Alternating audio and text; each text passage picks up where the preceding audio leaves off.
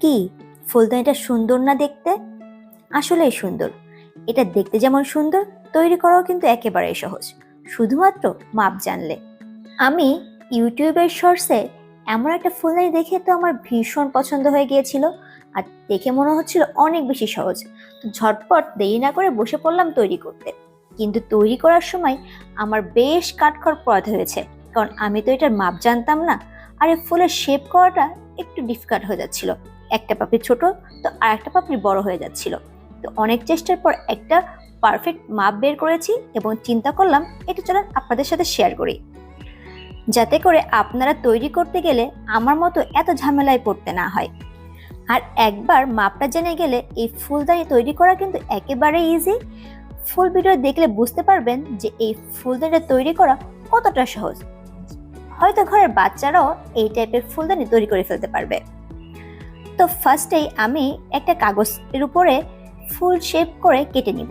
আর এই ফুলের শেপটা করার জন্য একটা পারফেক্ট মাপ আছে, আর এই মাপটা আমি বের করেছি স্কেল, কম্পাস এবং চাঁদার সাহায্যে। তো ফার্স্টে কম্পাসে পেন্সিল দিয়ে নিলাম এবং স্কেল থেকে ঠিক 5 ইঞ্চি মাপ নিয়ে একটা সার্কেল এঁকে নিব।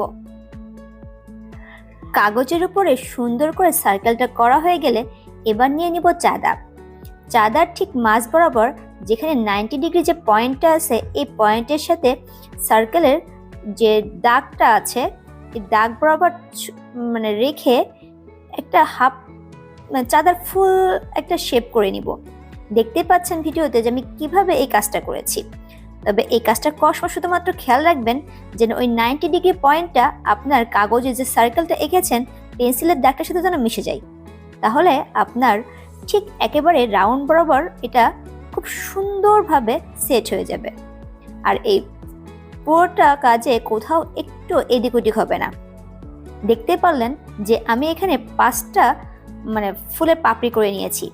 আমি যে 5 ইঞ্চি মাপ নিয়েছিলাম, এই 5 ইঞ্চি মাপের জন্য 5টা চাঁদার শেপ বসেছে।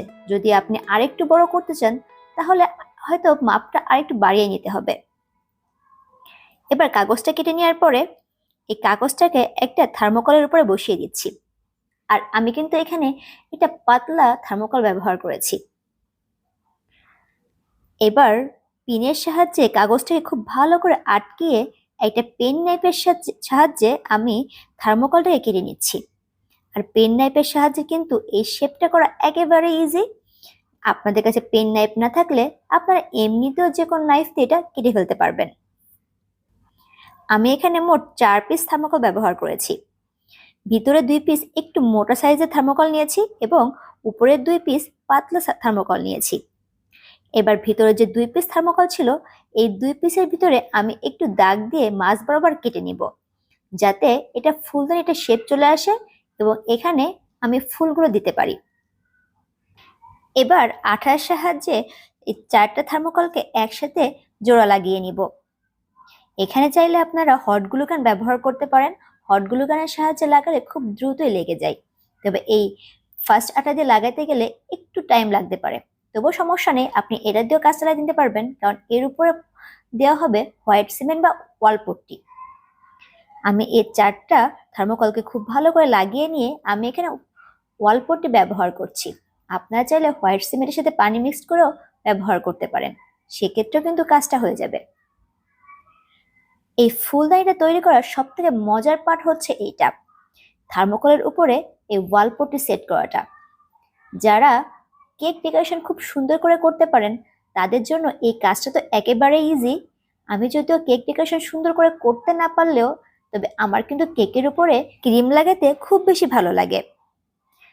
আর যারা খুব ভালো ফিনিশিং করতে পারেন না তারা কিন্তু একটু এলোমেলো হলেও সমস্যা নেই, কারণ এরপরে একটা সুন্দর ফিনিশিং এর ব্যবস্থা করা হয়েছে। যেমন তেমন করে হলো জাস্ট চারপাশে আপনারা হোয়াইট সিমেন্ট বা ওয়াল পট্টি লাগিয়ে নেবেন। আমি সব জায়গায় ওয়াল পট্টি লাগিয়ে নেওয়ার পরে হাতে একটু পানি নিয়ে এটাকে খুব সুন্দর করে ফিনিশ করে দিচ্ছিলাম। তবে এই কাজটা কিন্তু অল্প পানি দিয়েই করতে হবে, যদি বেশি পানি দেন তাহলে কিন্তু নরম হয়ে যাবে। হালকা একটু হাতে পানি নিয়ে জাস্ট হাতটা বুলিয়ে নিলে এটা দেখবেন একেবারে ফিনিশ হয়ে গিয়েছে। এবার এটাকে রেখে দিয়ে শুকিয়ে নিতে হবে। সম্পূর্ণ ভালো করে শুকিয়ে যাওয়ার পরে আমি অন্য পাশেও একইভাবে ওয়ালপট্টি লাগিয়ে শুকিয়ে নিব। এবার একটু ডিজাইনের জন্য আমি এখানে ছোট ফুল শেপ করে নিয়েছিলাম। এবার এই ফুলের শেপে আমি পুরো ফুলদানিটার উপরে এঁকে নিচ্ছি। আমি এখানে মোট 6 পিস ফুল এঁকে নিয়েছি। আর এই ফুলের উপর ডিজাইন করার জন্য আমি এখানে আবারও ওয়ালপট্টি ব্যবহার করেছি। ওয়ালপট্টির ভিতরে একটু আঠা অ্যাড করে দিয়েছি। আর আঠাটা অ্যাড করার জন্য এটা কিন্তু পাতলা হয়ে গিয়েছে। আমি যদিও আগে একবার অ্যাড করে নিয়েছিলাম, পরে ভিডিওতে আপনাদের দেখানোর জন্য অল্প একটু আঠা অ্যাড করে নিয়েছি। এবার একটা পলিথিনের ভিতরে এই ওয়ালপট্টি নিয়ে এটাকে হালকা একটু মাথা কেটে নিয়ে এই ফুলের উপরে দিয়ে দিব। তাহলে একটা টেক্সচার পেইন্টের শেপ চলে আসবে। এই কাজটা করার সময় একটু সাবধানে করবেন যাতে ফুলের শেপটা সুন্দর আসে। বেশি তাড়াহুড়ো করলে কিন্তু ফুলের শেপটা নষ্ট হয়ে যেতে পারে। এবার এটাকে রেখে শুকিয়ে যাওয়ার পরে আমি এখানে রং অ্যাড করব। আর আমি এখানে আজকে চক পেন ব্যবহার করছি। আমি রিসেন্টলি এই চক পেনটা কিনেছি, তো আমি এটা ব্যবহার করার জন্য অনেক বেশি এক্সাইটেড ছিলাম। তো ফাইনালি চিন্তা করলাম এখানে আমি চক পেনটা ব্যবহার করি। আর আমি এখানে 2টা কালার শেড নিয়েছি, একটা গাঢ় পিঙ্ক এবং একটা লাইট পিঙ্ক। লাইট পিঙ্কটা আমি ফুল ফ্লাওয়ার ভাসটার উপরে দিয়ে দিচ্ছি এবং সম্পূর্ণ জায়গায় খুব ভালো করে লাইট পিঙ্কটা দেওয়া হয়ে গেলে আমি এই ফুলগুলোর উপরে ডার্ক পিঙ্কটা দিয়ে হাইলাইট করে নিব, যাতে আমার ফুলগুলো খুব ভালো করে বোঝা যায়। সম্পূর্ণ ফুলদানিতে রং করা হয়ে গেলে আপনারা এর উপরে স্প্রে ভার্নিশ করে নিতে পারেন। আমার এই স্প্রে ভার্নিশটা শেষ হয়ে গেছে, এই জন্য আমি এখনো ভার্নিশ করতে পারিনি। ভার্নিশ করার আগে আপনাদের সাথে ভিডিও শেয়ার করলাম। তবে আমি ভার্নিশ কিনে এর উপরে স্প্রে ভার্নিশ দিয়ে নিব, যাতে করে আমার ফুলদানিটা লং লাস্টিং হয়। তো কেমন হলো ফুলদানি অবশ্যই কমেন্টস করে জানাবেন। আর ভিডিও ভালো লাগলে একটা শেয়ার করে দিবেন।